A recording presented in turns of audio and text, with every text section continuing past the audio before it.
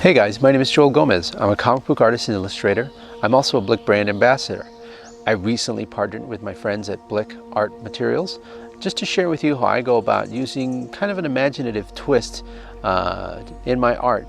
Using my comic book experience and background, we'll try to infuse or incorporate tools or methods in that kind of principle into just a daily sketch. So let's check it out. We have a beautiful scenic shot here that we'd like to incorporate into today's sketch. Kind of going with a sci-fi vibe today. So let's see what we can do and let's get to drawing.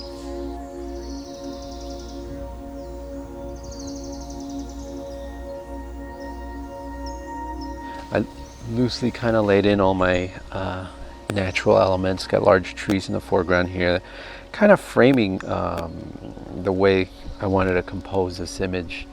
So I'm trying to take the opportunity here to take what I'm seeing in front of me and utilizing it in a way to create a sense of storytelling, a narrative in the art. I'm not drawing literally what I see. I'm trying to get the impression of it and maybe be inspired by it.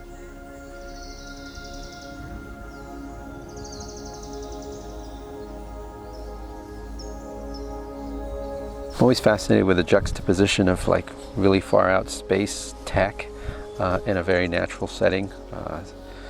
It's kind of nice contrast. I've kind of worked out most of the line art now, and I'm going to go back in now with my darker and thicker line work. I'll be using my Pigma brush pens, my bold and my medium point, kind of to vary up the size of the ink work done on the art here, so let's give it a shot. I generally like to get in there first with the line art, holding lines so to speak, and build up the drawing from there, and I kind of use the opportunity to sort of sculpt the drawing, if for lack of a better description, and it gives me a better idea of where I want to place the shadows of the objects I'm drawing. Kind of throwing some of these lines to create a sense of speed or movement. Trying to create the sense of huge amount of time passing. You know, maybe this mech stumbled across something from another time, maybe decades ago, a war, a battle or something. Or maybe he's checking up on an old foe. Choosing to add a bit of shadow to these foreground trees to create a sense of depth, give you a sense that they're really in the foreground here of this image. I really enjoy using this toned paper. It kind of gives a starting point to really help you get a sense of not just staring at a blank piece of paper, and it almost helps you with your drawing to an extent, because you lay a couple lines down, and with the value of the paper already there, you can get the illusion of depth. I'll probably still go back in after all of this and add another layer of line art just to give something in the back a little, again, more depth and make it seem less flat. But I choose to do that after so that I don't unintentionally darken it in. It only works if it is completely different from the foreground elements. So if it has shadow or heavy like rendering or black, it doesn't create the illusion I'm going for. So I like to put it in last. I'm thinking about adding a big white area too into the background to add another layer that I hope will pop against all these other things I'm doing. It's like a symphony of value and lines. So I'll be using my Koi coloring brush pen set. I really enjoy the warm gray tones. Lately I've been using them more for the brown tonal paper. It's a good complementary kind of thing going on there with it. So let's see, let's give these a whirl. I move fairly quickly with these. Like, I don't get too caught up with the way it renders as much as I'm more concerned with the values I'm trying to create. I mean, you can get caught up with rendering something and get it real feathered and really nicely rendered, but I'm more concerned with the action and creating some sort of movement with them. So what I'll do now is probably go back in with another gray, maybe a darker one, and just kiss a couple of spots here and there to push the idea, and I want to save my lightest gray for the foliage I'm going to put further back and help to create a sense of depth. So I'll keep that lightest gray, light warm gray. I'll keep the light warm gray for the very, very, very back. So it just helps to work in threes, you know, foreground, middle ground, background, 3 values of gray. They all help create that illusion. All right, so I'm going to start working on this further background foliage that's creating this sense of depth, and it's supposed to be behind the mech and behind everything in the foreground here. So for this specific purpose, instead of the 0.5 micron that I was using earlier for everything else, I'm going to choose to use the 0.3. Again, it helps creates that illusion of depth. Anything closer to you would be thicker and bigger, whereas things that recede in space will be smaller and thinner.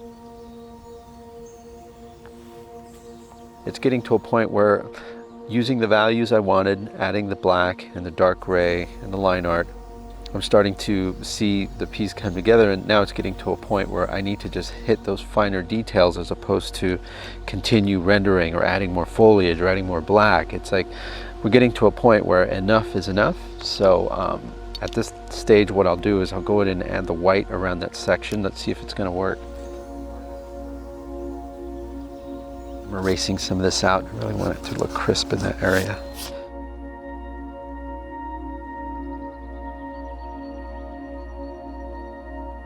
So already you can kind of see like I'm using the black here to frame everything here, and it's almost like it's kind of got a cradling thing, and he's in the center, his shadow pulling you in here and hopefully leading you right to this guy. The 08 Jelly Roll pen, just gonna pick certain areas to kiss with the white pen there. I'll touch on the 2 main parts I want affected first, being the mech and then our downed old soldier here. Just because first and foremost those should be the points of interest. Now I'm just kind of picking and choosing areas. I'm not very careful with the line. I'm just creating marks that impressionistic. Maybe it's just more my style that I'd like the reader to fill some of that in on their own. I refer to the viewer as the reader because it's not comics per se, but it's storytelling, and to me, in some ways what I do, everything should have a story to it, and so I always think of what I'm doing as, what are you saying? What's the story in this image? So right now, I see throughout this shot there's a lot of little colorful plants, and I thought I don't know, just throw those in. All right, got our framing devices with our trees. We've got our foreground element, specifically our down soldier, and a mech here in the middle ground area. And we got our foliage further back. Put in, let me darken up these birds a little.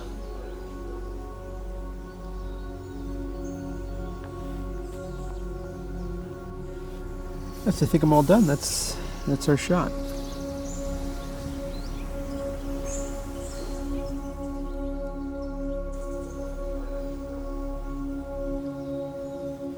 All right, thanks so much for joining me, guys. I had a blast working on that tonal paper, using some of my favorite tools, the Pigma Micron and the Jelly Roll pen from Sakura of America. Really love using those tools, some of my favorites.